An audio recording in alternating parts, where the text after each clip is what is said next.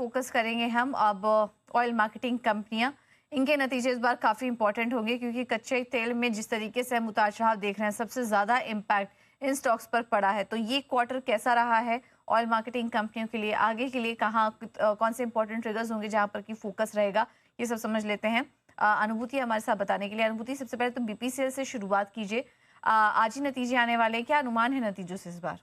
नतीजे तो मिले-जुले ही रहेंगे क्योंकि जहां हम देख सकते हैं कि रेवेन्यू में तो अच्छी ग्रोथ दिख सकती है, लगभग 7.7% की ग्रोथ रेवेन्यू में नज़र आ सकती है यहाँ पर।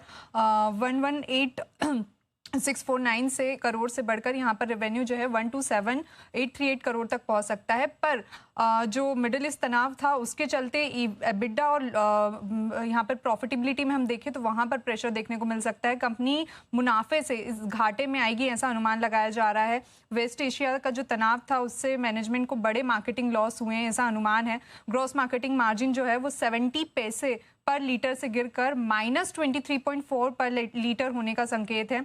एलपीजी अंडर रिकवरीज जो हैं वो भी 31% से बढ़कर 6400 करोड़ के करीब आ सकती है, ये संभव है। और कच्चे तेल की जो कीमतों में उतार चढ़ाव है उसके कारण कंपनी के इन्वेंट्री लॉस की भी यहाँ पर आशंका जताई जा रही है।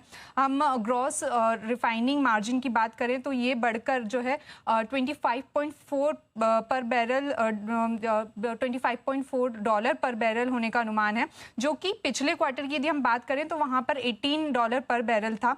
और साथ ही जो क्रूड थ्रूपुट है वो भी 10.3 MMT रहने की उम्मीद है, यानी इसमें भी 1% QOQ गिरावट के आसार नजर आ रहे हैं।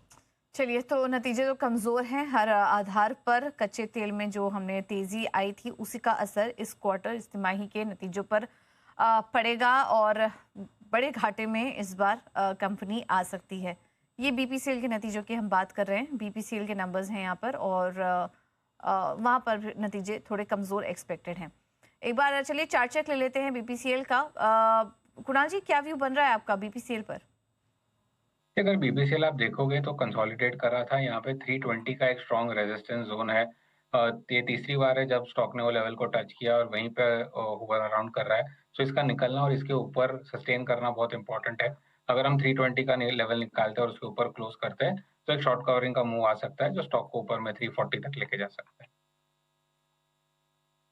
बीपीसीएल के नतीजों का अनुमान, नतीजे थोड़े कमजोर यहाँ पर रह सकते हैं, लेकिन इसी के बाद एचपीसीएल